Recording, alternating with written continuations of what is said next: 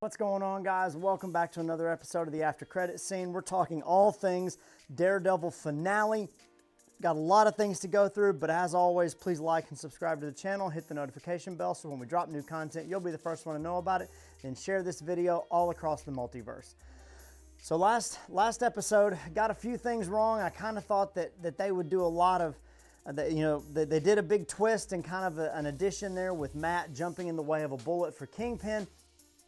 Bullseye getting out of jail. We got a lot of that stuff correct, and we got some really good teasers and some things going into the finale. Didn't get the Punisher things that we wanted, so in terms of my predictions and the theories and stuff, probably about 50-50, maybe 60-40, but there were a lot of things in there that went on that I was not expecting, and it seems like they're actually really leaning into a pretty killer finale here, no pun intended, leading into season 2. Having said that, let's get right into some of these things. Was wrong last episode, but when it comes to the mid-season credits and the trailers and stuff, we're going to get some more Punisher scenes. So this is going to be a Punisher-heavy episode. I think him and the Vigilante Task Force are really going to have it out. What motivates Punisher and how that happens. Maybe they come after him. Maybe he is trying to help Matt out after Matt gets shot by Bullseye. Whatever the catalyst for that, I think we're going to see the Vigilante Task Force going up against Punisher and see how that goes.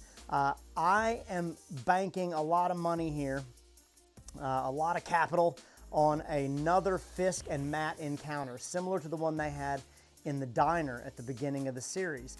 I think Matt, having jumped in the way of a bullet for Fisk, Fisk is not a good guy, but he does have a code that he lives by. And that code is going to be shaken a little bit when it comes to Matt stepping in the way of a bullet for Kingpin.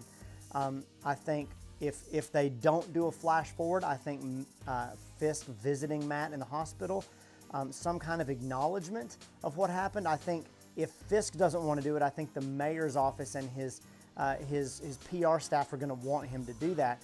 So I think that's where that may come from.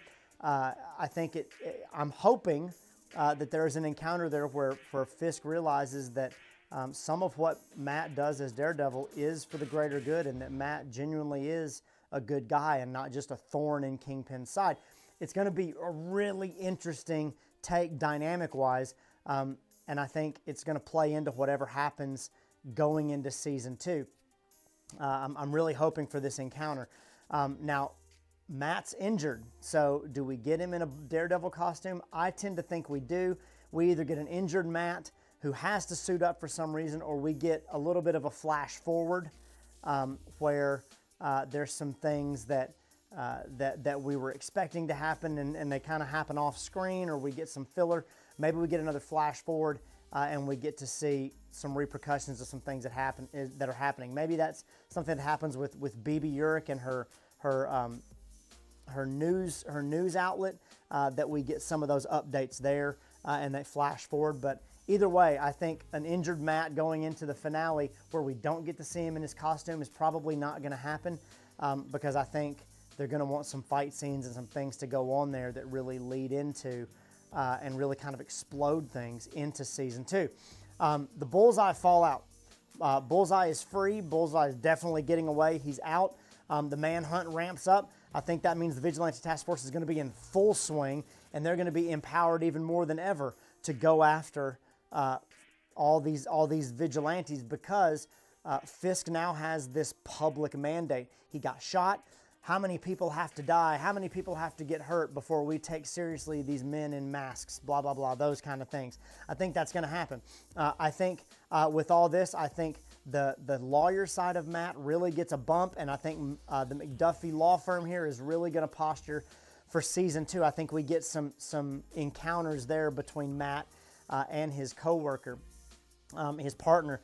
So I'm not as sure of that. I think they could really leave some of that out, but I think it's quite possible to really continue this world building and kind of show you the fallout of what happened and how it affects everybody around them. They've really leaned into that this series, and I think they're going to do more of that.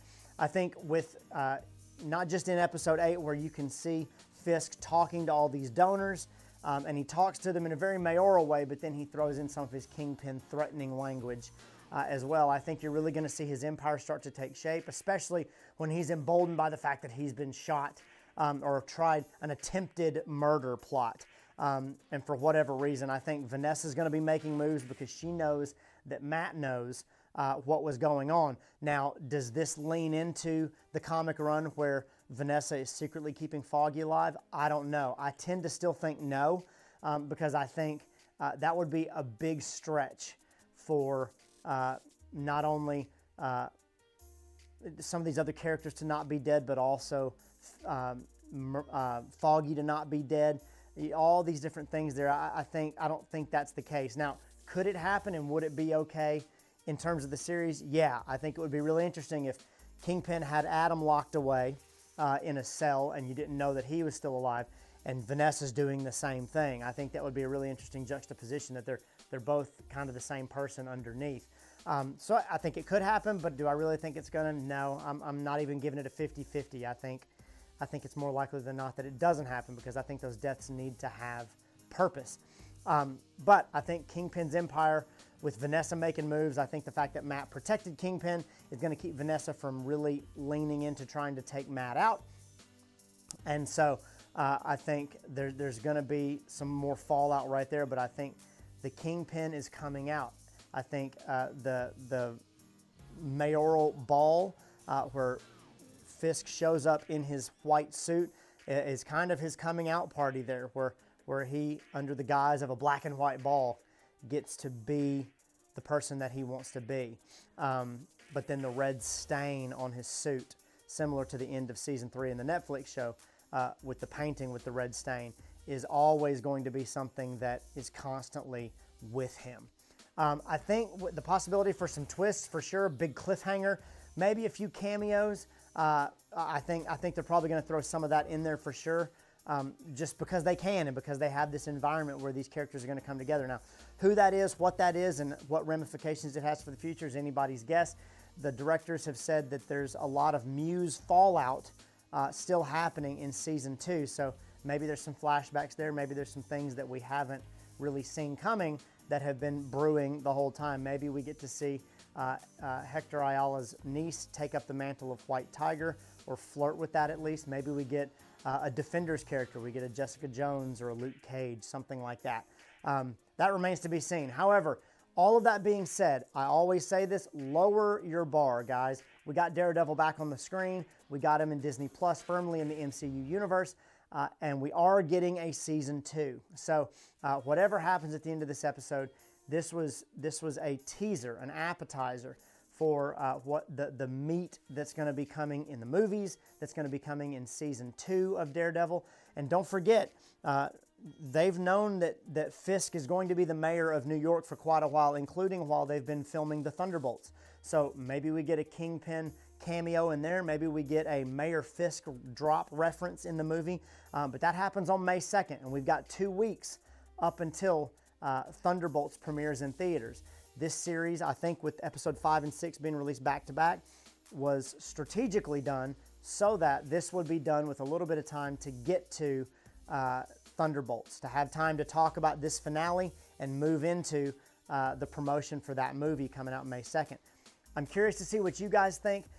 Enjoy the ride, guys. I've enjoyed being able to share my thoughts and theories with you. Share yours in the comments below. Hit the button, do the things, share the video, and then check out all of our other content. We got a ton of things that you can sink your teeth into. And as always, guys, when the next one drops, we'll catch you right back here. Later.